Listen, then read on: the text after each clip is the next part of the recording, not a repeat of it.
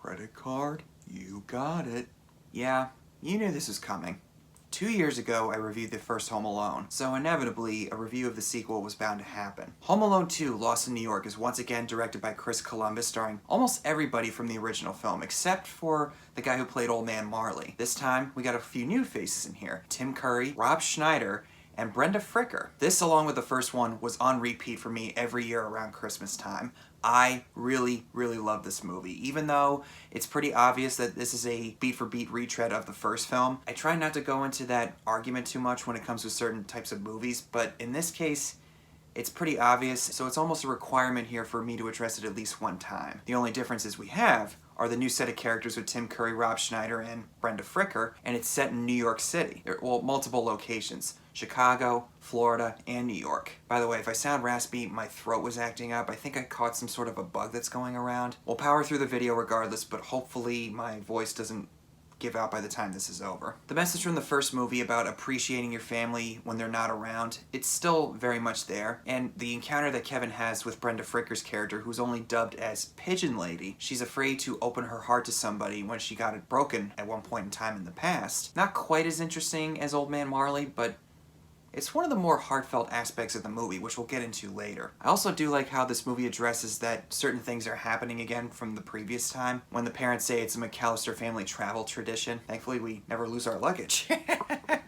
Even though it goes through the same kind of tropes, the movie in that respect is very self-aware. Almost kind of reminds me of the second Hangover, where it's in a different location, but similar things happen where they black out and they realize what they were up to the previous night as they go around town, finding out from other people what happened. And since this movie is made by Chris Columbus, who went on to direct the first two Harry Potter films, Chamber of Secrets was kind of a retread of The Sorcerer's Stone. But also in that case, I couldn't care less. Home Alone 2 has the same kind of charm that the first film has. It's very endearing, and it has a very warm and comforting Christmas feel to it. Something that you don't usually see in Christmas movies. Given that this is a John Hughes production, you add his flavor to it, it's gonna be something special. And you got Macaulay Culkin's performance, which once again, for him to be a kid actor at the time, and he was about maybe 12 years old, he still nails every scene that he's in. Very innocent, but also very smart for his age. Like how he manages to scheme his way into checking into the Plaza Hotel using his dad's credit card. As he's telling the story to the woman behind the counter, who obviously is very put off by the fact that this young boy is trying to check into the hotel, she knows that something's up, but at the same time, we as the audience can tell from the look on her face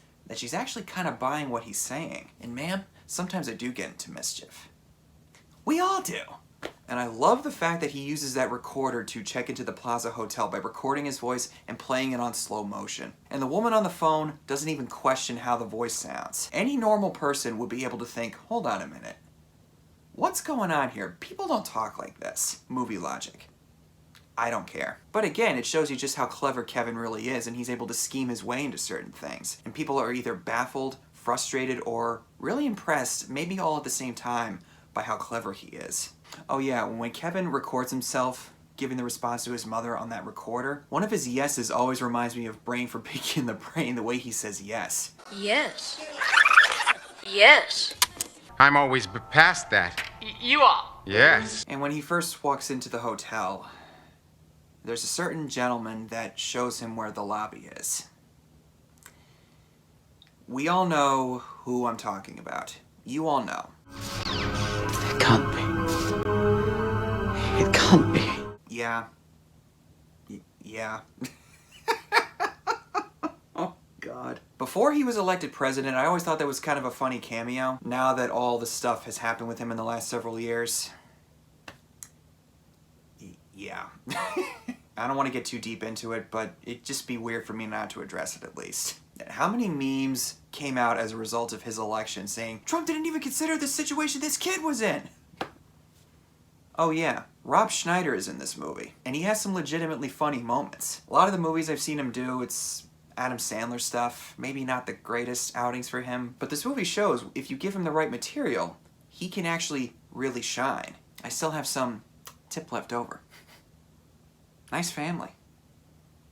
Now let's talk about Tim Curry, another person in this movie that chews up every single scene that he's in. His mannerisms, his quirks, his reactions to certain things that are happening as he's starting to realize that Kevin might actually be alone, he does it perfectly. And his reaction to when the silhouette of that inflatable clown is pointing at him, his reaction is priceless. Get out of here, you nosy little pervert, or I'm gonna slap you silly! Cedric, yes? Don't count your tips in public. And one of the best transitions in film that I've ever seen is when Kevin is watching The Grinch, the original Grinch animated special from the 50s, and you see the Grinch doing that evil grin, and it transitions into Tim Curry doing the exact same thing.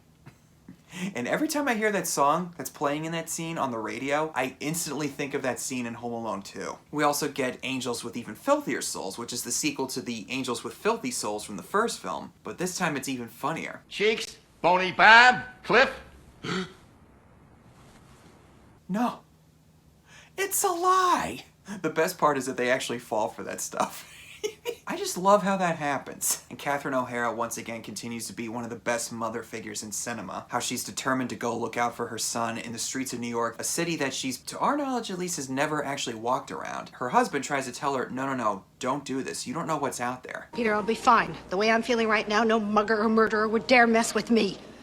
As I said in my review of the first Home Alone, if my sister or me or both of us were stranded in a big city somewhere, my mom would go to the ends of the earth to find us. That is exactly the kind of attitude she would exhibit. And John Williams' music, once again, it's perfect.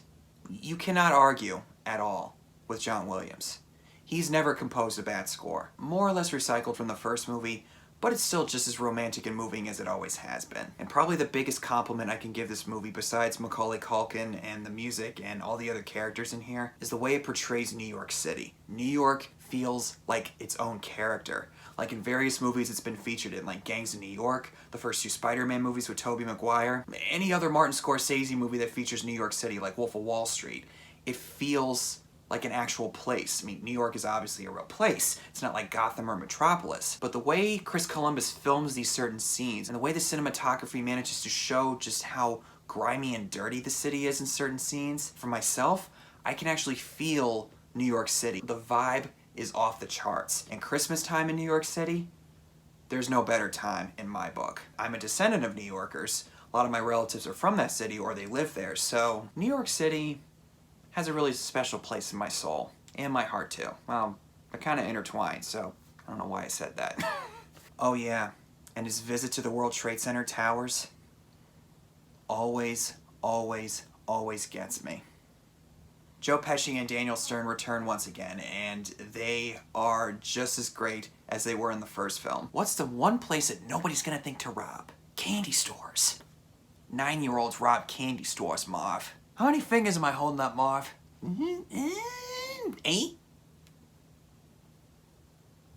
So many moments I could talk about with Harry and Marv in this one. Like when Marv makes a move on that woman that he accidentally bumps into and how she smacks him, and they run into her again when Kevin grabs her behind, and how they run into each other at the store and he throws the brick at Harry and Marv, smacking Marv in the face so many times with the bricks. Not the first person to say this, because other people have. Second or third time a brick hits Marv in the face, he's gone. He should be dead. I mean, something that heavy, coming down that fast, hitting you square on the forehead, you're gone. Not just that, but there's other things that happen when he gets electrocuted and Kevin turns up the voltage on the electrical component or whatever. He should be gone there too. And even when Harry's hat gets on fire and he dumps himself into the toilet to put the fire out and it blows up, he should be fried to a crisp. Like fried bacon. Also, when the pipe hits them twice in the face, their skulls should be broken. Do I care? No way. Absolutely not. They're hilarious, they're funny, and in a way they also poke fun at what happened last time. Don't you remember what happened last year? No. Watch this. Let's get 'em! I say this about a lot of other actors and actresses, but Joe Pesci has some of the best line delivery I've ever heard. Largely because of his East Coast dialect. He was born and raised on the Jersey side of New York. Reminds me a lot of my family members. If you were to ever meet them and you hear the dialects coming out of them, oh my god, I literally just eat it up. You'll never hear from us again. Okay? Okay, kid. You want to throw bricks? Go ahead, throw another one. Oh, and to backtrack for a second, when Marv gets electrocuted and you see the skull, that used to scare the hell out of me as a kid. I would always fast forward through that part, but now I find it absurdly hilarious. And other people have said this, but it also calls back to the Planes, Trains, and Automobile scene when the two of them are driving between the two semi-trucks on the highway. That's a John Hughes production also. I guess John Hughes had a thing for putting absurdist imagery in his movies just to really get a laugh out of his audience. Now that I'm older, I could see why he put it in there, and that's also why I found it hilarious. But being a kid, I didn't quite get it. Your perspective changes as you get older. Also, Brenda Fricker, who's the homeless lady in the movie that Kevin runs into in the park, basically a copy and paste clone of Old Man Marley. Not quite as interesting, but like I said earlier, one of the more heartfelt aspects of the movie. When Kevin sees her, he's obviously put off by her, and then when he gets stuck after running into all these weird homeless people on the street outside the park, which also this guy used to scare the hell out of me too, and it's funny now, but it's also kind of freaky, like, whoa. Ugh. But when he runs away, he stops and he realizes that he might have misjudged her, and I would imagine he probably thought back to Old Man Marley and how he misjudged him too the first time around. And we learn that she had a husband or former lover or whatever, and he broke her heart, and she, as a result, shut down and pushed people away. So ultimately, the emotional arc that's paid off later at the end of the movie, when he gives her one of the turtle doves that the toy store owner, Mr. Duncan, gave him. And even though they might not ever see each other again, she can live the rest of her life knowing that she has at least one person out there that cares about her. And I think Brenda Fricker plays the character very sympathetically, and she's not begging the audience to like her or feel sorry for her, as you would see probably other actors be tempted to do something like that. She also comes to Kevin's rescue like Old Man Marley does in the previous film, when she throws the pigeon food on the both of them after they got covered up in all that sticky paint or whatever, and all the pigeons come in to attack, leading to a terrific scream from Marv, which I think is a whole lot better than his scream from the spider sitting on his face.